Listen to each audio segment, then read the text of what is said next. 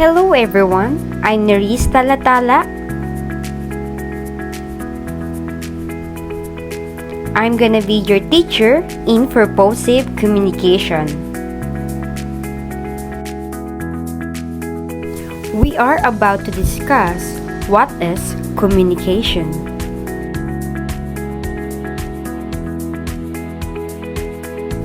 But before we start, I want you class to introduce yourself.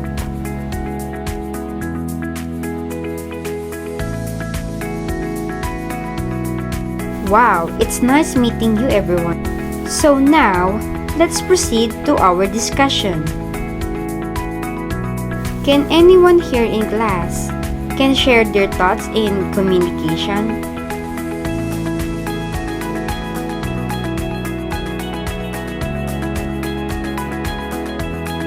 Okay, very good everyone. All those answers are correct.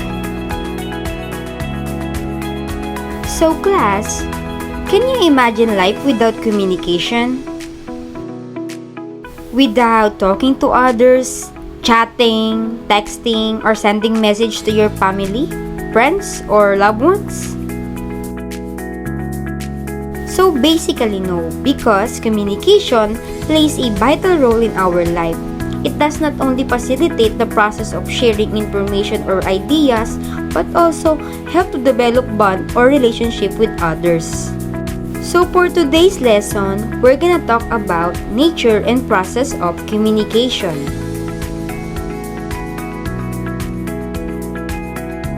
Communication is the process of exchanging thoughts, ideas, feeling, and information between among others, whether verbal or non-verbal, to achieve goal or purpose.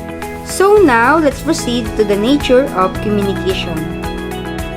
Communication is a process, interaction, can be expressed through written or spoken words, actions, or both spoken words and verbal.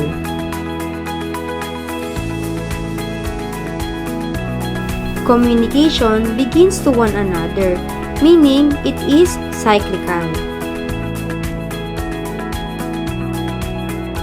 Communication is between two or more people.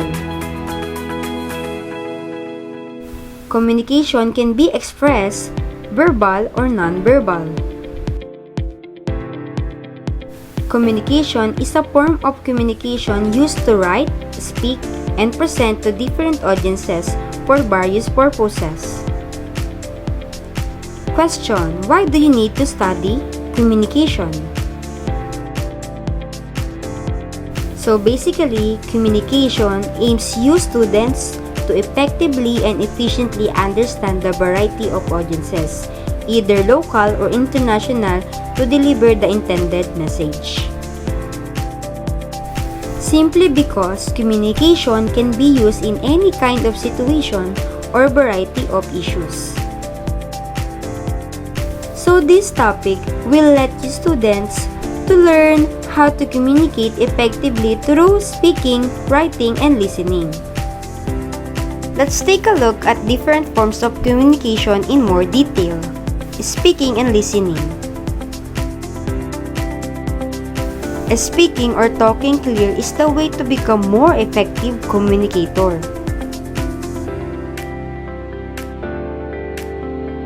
Listening attentively and understanding them can lead to good communication. Writing. Writing is an important tool for communication. In these days, we live in the modern world wherein everyone have their gadgets.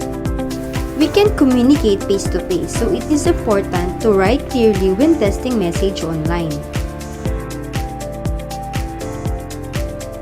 Writing clearly will help to avoid misunderstandings.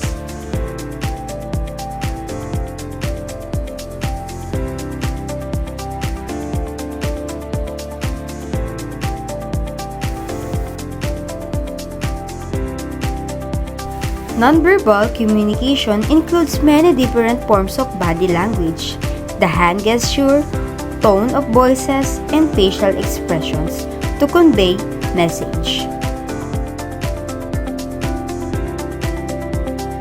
Nonverbal is a powerful tool to communicate feeling, emotion, and attitudes, and can help us understand how others see us to be aware of other people's approach. Verbal communication. Verbal is the use of speech and spoken words to exchange information, emotions, and thoughts. So if we experience difficulties in communication, both verbal and nonverbal are important and they often work together to create complete message. Nonverbal can help us understand the tone behind someone's tone, and while verbal provides context and clarity to the message being conveyed. So, do you understand, class?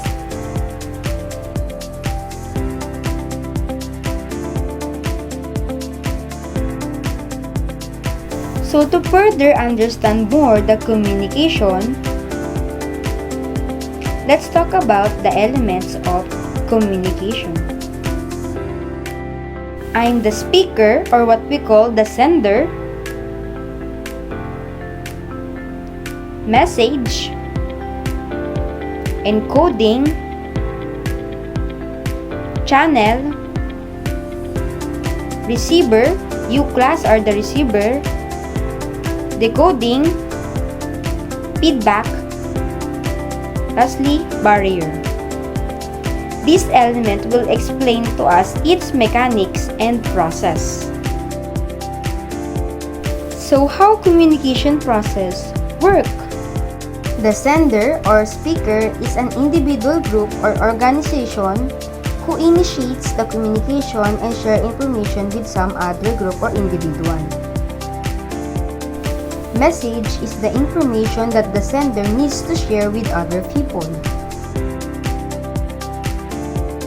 The speaker or the sender encodes the message to actions or words or other forms wherein the speaker and the listener understand.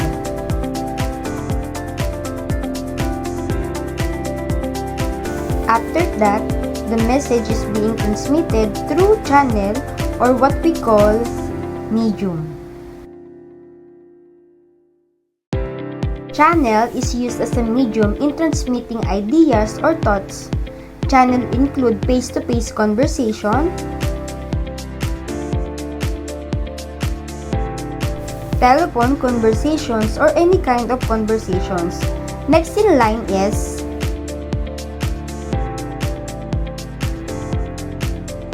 the listener, or also known as receiver.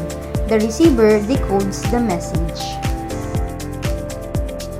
Decoding means understanding and interpreting the encoded message, given or sent by a sender or the speaker.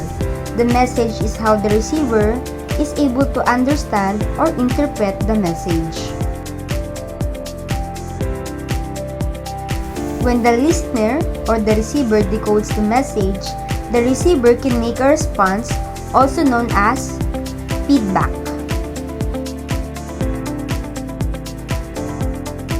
Feedback is the receiver response, reaction to the information given by the recipient that can be sent through different channels.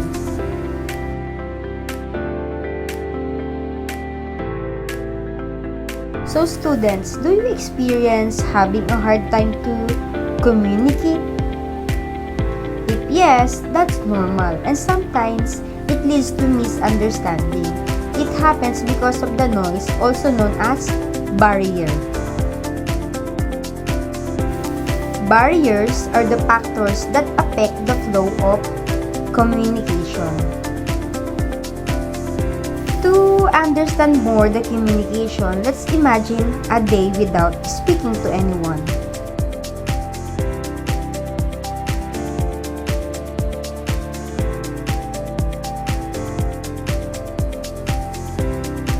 Communication is the basis of all relationships. We communicate with others for many reasons. For example, to make bond with friends, you have to get to know them first by approaching them. We also need to talk to others to share our knowledge about the lesson you learned today. At work, we talk to our coworkers to share ideas, exchanging information, and seek help from them. So without communication, our life is nonsense. To make sure we talk, we listen, and we write effectively, and that our audiences gets the message, we must follow the 7 C's of communication. These are the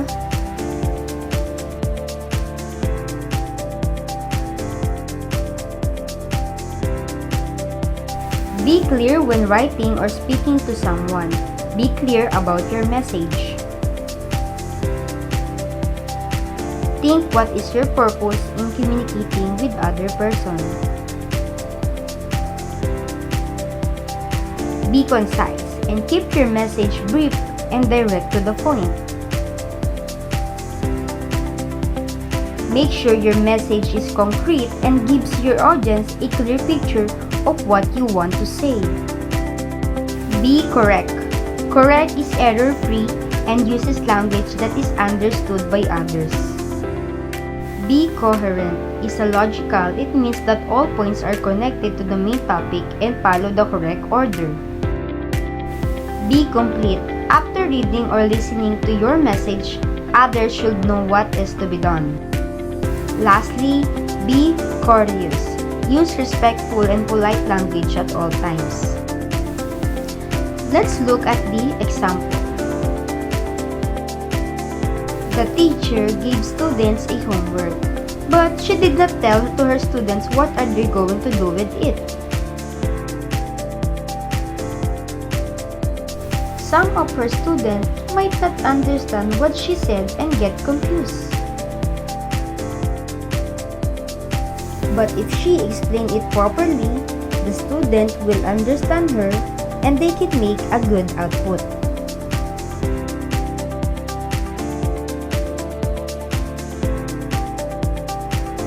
Not listening, making fun jokes while talking, that anger or any kind of miscommunication that conflict us. Remember that developing effective communication skills means improving both speaking and listening. Even if you're not born with these skills, you can develop them by paying attention to what and how you say things and listening effectively and attentively to others. So that's all for today. So for your assignment, make a video, create a scene on how communication leads to misunderstandings and how to resolve it.